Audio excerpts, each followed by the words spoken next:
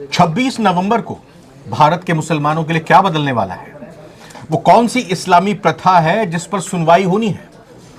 जी हां, 26 की तारीख पर सबकी नजर रहेगी, क्योंकि भारत के मुख्य न्यायाधीश chief justice of India Suryakant की अगुवाई वाली पीठ उस इस्लामी प्रथा की जांच कर रही है जिसमें तलाक के हसन के तहत कोई मुसलमान पति अपनी पत्नी को 3 महीने में 3 बार तलाक कहकर शादी भंग कर देता है। जस्टिस सूर्यकांत की पीठ ने कुछ सवाल उठाते हुए कहा कि सुप्रीम कोर्ट इस मामले को संविधान पीठ को सौंपने की जरूरत पर विचार करेगा। जस्टिस सूर्यकांत के सामने ये एक बड़ा मामला है, जिन्होंने सोमवार यानी 24 नवंबर को देश के नए चीफ जस्टिस ऑफ इंडिया पद की शपथ ली है। आइए जानते हैं कि मुस्लिम समाज में तलाक की ऐसी और कौन सी प्रथाएं हैं जो मुस्लिम औरतों की गरिमा का हनन करती है। नमस्कार, बहुत बहुत स्वागत है आप सभी का। नवभारत टाइम्स आप देख रहे हैं, मैं रविंद्र सिंह आपके साथ, मेरे साथ दिनेश मिश्र हमारे सहयोगी नवभारतटाइम्स.com के, और एक पूरा डिटेल में आर्टिकल जो उन्होंने लिखा है वो इस वीडियो के डिस्क्रिप्शन में आपको मैं उसका लिंक शेयर कर दूंगा, आप और डिटेल में इस खबर को पढ़ सकते हैं। बाकी बातचीत हम यहाँ पर दिनेश जी से करते हैं। दिनेश जी, आपका स्वागत। नमस्कार। क्या होने वाला है 26 नवंबर को? 26 नवंबर को अदालत जो सीजीआई की पीठ है, क्योंकि जब ये पीठ गठित हुई थी तब सूर्यकांत चीफ जस्टिस नहीं थे, आज ही उन्होंने शपथ ली है। तो उनकी पीठ के समक्ष कुछ बड़े मामले हैं जो मतलब जिन पर सुनवाई होनी, सिंगल बेंच नहीं होगी। हाँ, उनमें से एक ये भी है। अभी ये 3 सदस्यों की पीठ है, जिसमें जस्टिस भुइया और जस्टिस एक और है जस्टिस, उनका नाम मुझे ध्यान नहीं आ रहा। तो मतलब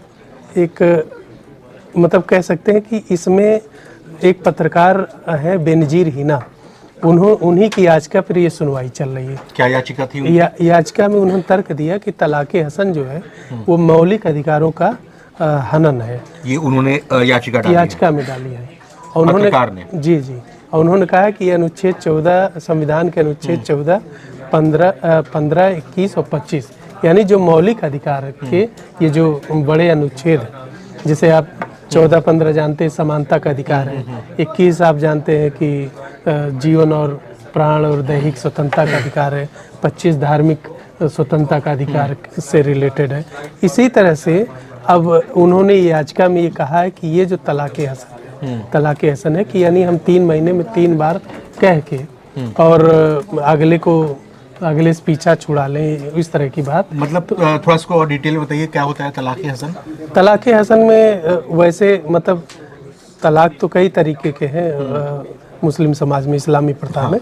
तो हाँ, जिसमें जैसे तलाक़े सुन्नत है, तलाक़े सुन्नत को तलाकुल राजे के भी नाम से जाना जाता है। इसमें सुलह और समझौते की गुंजाइश होती है। शिया और सुन्नी दोनों ही से मानते हैं, क्योंकि भाई ये बहुत आसान सी चीज़ है और इसमें एक समझौते की गुंजाइश है, इसलिए बातचीत से भी निपटारा हो सकता है। ठीक है। लेकिन अब इसके बाद आते हैं तलाक़े एहसान। तो इसमें यह है कि पति एक वाक्य में तलाक कह के संबंध विच्छेद कर सकता है। अब ये बड़ी अटपटी सी बात है कि कोई एक बात कहे और उस बात में ही ये कह दे कि मुझे तुमसे तलाक लेना है, और वो कह के लेकिन ये तलाक की खास बात है कि तभी मान्य होता है जब पत्नी को पीरियड्स नहीं आ रहे होते। अच्छा। हाँ, पीरियड, इसे तुहर पीरियड कहा जाता है। इसका ऐलान बस एक ही बार होता है। तलाक की जितनी भी रीति रिवाज हैं उसमें ज़्यादातर मामलों में ये देखा जाता है कि पीरियड्स ना आ रहे हों या प्रेगनेंसी ना हो, इस तरह की। अगर प्रेगनेंसी है, जैसे अभी तलाक़े इद्दत है, अब तलाक़े इद्दत में महिलाओं का ख्याल रखा गया थोड़ा सा कि 3 महीने का होता है। इसमें किसी व्यक्ति की 3 मेंस्ट्रुअल साइकिल को ध्यान में रखते हुए बनाया जाता है पत्नी की। और अगर पत्नी गर्भवती तो यह इद्दत जो पीरियड है 3 महीने का, वो 9 महीने या 10 महीने तक भी बढ़ाया जा सकता है। और इस दौरान पति अपनी पत्नी से संबंध नहीं बना सकता, बनाता है तो फिर तलाक नहीं माना जाएगा। इसी तरह तलाक़े हसन है। तलाक़े हसन आपने जैसे बताया कि 3 महीने में 3 बार इसको तलाक कह के इसको लिया जाता है। लेकिन ये भी मान्य तभी होता है जब वाइफ को पीरियड्स नहीं आ रहे हैं, और अगर आ रहे हैं तलाक घोषणा अगले 30 दिनों के भीतर हर महीने करनी होगी, और ऐसा 3 महीने तक करना होगा। इस दौरान यौन संबंध भी नहीं बनाया जा सकता। तो तलाक़े हसन की बात इसलिए की जा रही है कि जो एक नया कानून मोदी सरकार ने बनाया, Muslim women protection of rights and marriage act 2019। उसके तहत इसको अपराध नहीं बनाया गया था। अच्छा। इसीलिए बात अब इस पर उठी है। ओके। और फिर जैसे तलाक़े बिद्दत था कि एक बार में ही 3 बार कह दिया तलाक तलाक तलाक, तो तलाक हो गया। तो वो 3 तलाक है, तलाक़े बिद्दत मतलब 3 तलाक, ट्रिपल तलाक की जो बात है वो खत्म हो गई। फिर आती तलाक़े इला। तलाक़े इला में भी इसी तरह तलाक में एक पत्नी के साथ अस्थाई अलगाव होता है। इसमें एक जैसे 4 महीने के लिए पत्नी के साथ यौन संबंध न बनाए या शपथ तोड़े, तो मतलब अगर शपथ को पूरा करता है तो निकाह खत्म हो जाता है। ठीक है। 4 महीने। और तो इसी तरह तलाक़े जिहार है, इसमें भी पत्नी की तुलना किसी दूसरी, जैसे कोई कह देता है कि तुम मेरी माँ के समान हो, तो फिर वहाँ पर पति को अपनी बीवी से संबंध रखने की मनाही हो जाती, और इसके प्रायश्चित के लिए पति या तो आज़ाद करता है या 2 महीने तक उपवास करता है। अच्छा। इस तरह की चीज़ें भी होती हैं। हाँ। फिर तलाक़े खुला है कि पति और पत्नी के बीच आपसी सहमति जरूरी है। इसमें पत्नी और पति से विवाह समाप्त करने की पहल करती है, महिला ही तलाक की शुरुआत करती है, और इस मुआवजे के रूप में पति को जो मेहर की रकम होती है वो वापस कर देती है। और इसके बाद तलाक़े मुबारत है। इसमें ये भी एक आपसी सहमति और इच्छा, ये दोनों चीज़ों का ध्यान रखा जाता है तलाक़े मुबारत में, कि अगर ये सौहार्दपूर्ण तरीके से अगर दोनों के बीच अलगाव होता है तो फिर ये तलाक मान्य हो जाता है। तो क्या कुछ इसमें रखा गया है, याचिका में क्या मांग की गई? तलाक़े हसन के बारे में बात की गई है। हाँ। अभी फिलहाल क्या तर्क दिया है इसके पीछे भाई कि क्यों ये खारिज होना चाहिए, खत्म होना चाहिए? हाँ, तलाक़े हसन जैसे मैंने पहले बताया कि 14 अनुच्छेद 14, 15, 19 और 21 है।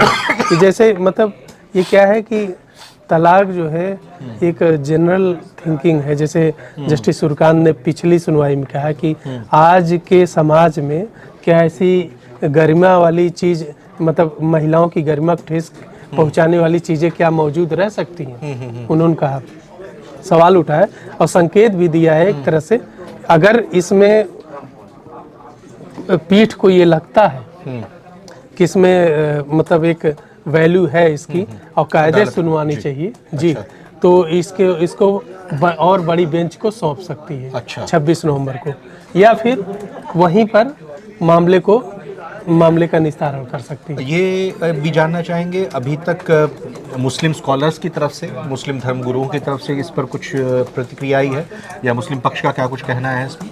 नहीं, अभी तो इस तरह की कोई प्रतिक्रिया आई नहीं, क्योंकि तलाक़े बिद्दत में सब लोगों ने देखा ही, छोटे मोटे तो आते ही रहते विरोध। तो देखिए बहुत सारे लोग हैं, समाज का एक दूसरा पक्ष है जो एकदम कट्टरपंथ के साथ है, जो महिलाओं के बिल्कुल खिलाफ है।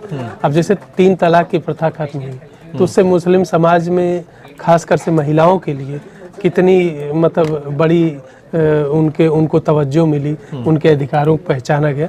अब तलाक़े हसन की भी बात वही है।